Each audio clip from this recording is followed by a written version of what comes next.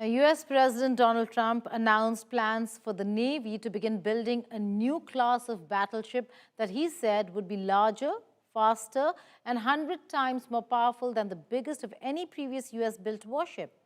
The new class of battleship will be part of a larger vision that Trump dubbed as the Golden Fleet. As per reports from the WSJ, the ships will replace the Burke-class destroyers and cost around $5 billion each.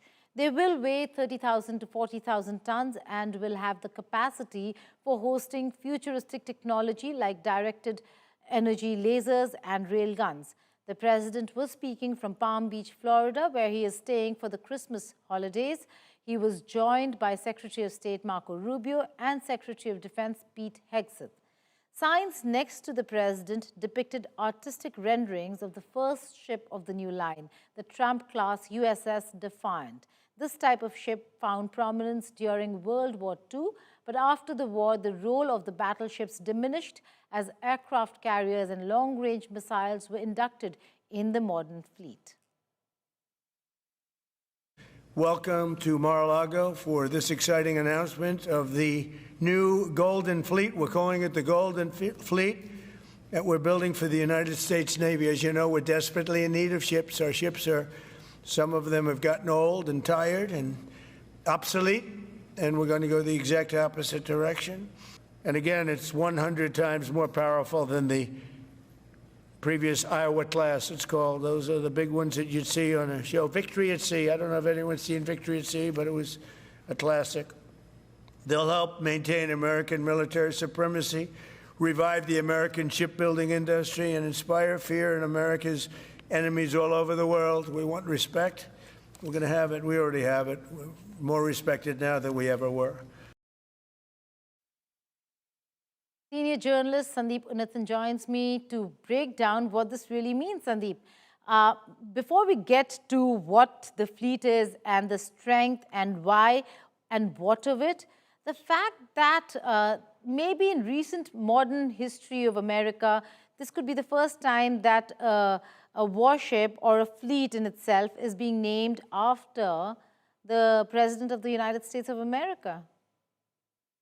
Well, absolutely, Geeta. And there has been a tradition, in fact, of naming ships after presidents, but it's usually after they've demitted office and much later. In fact, you have the Gerald Ford class, which is a nuclear-powered aircraft carrier. It's the largest carrier in the world. In fact, it's named after a former US president. You have the Ronald Reagan, of course, and you have the George W. Bush, and you have the George Bush aircraft carrier. So it's nothing new, but it's rare for a US president, a sitting US president, to name a class of ships after himself while he's in office. I mean, these kind of things are usually reserved for much after he's moved on, and it's usually carried out by his successors. But that's Trump for you. He's the person who's defied all conventions and all norms, and very unabashedly named this new class of guided missile battleships after himself.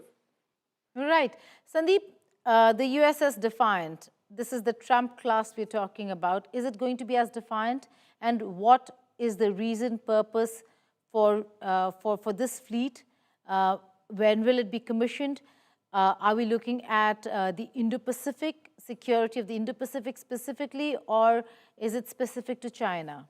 I know I'm broad-basing it, but just to understand. Well, Geeta, it's really all of the above. And, while the US has the most powerful Navy in the world, the United States Navy is equal to the next 5 navies combined or 6 navies combined. They are conscious of the fact that the PLA Navy is gaining very rapidly. And the PLA Navy has the maximum number of ships in terms of numbers. They have over 300 battle force ships. But the US Navy is ahead in terms of tonnage of ships because they have some of the largest aircraft carriers in the world. They have 11 Nimitz and Ford class super carriers that are over 100,000 tons displacement each.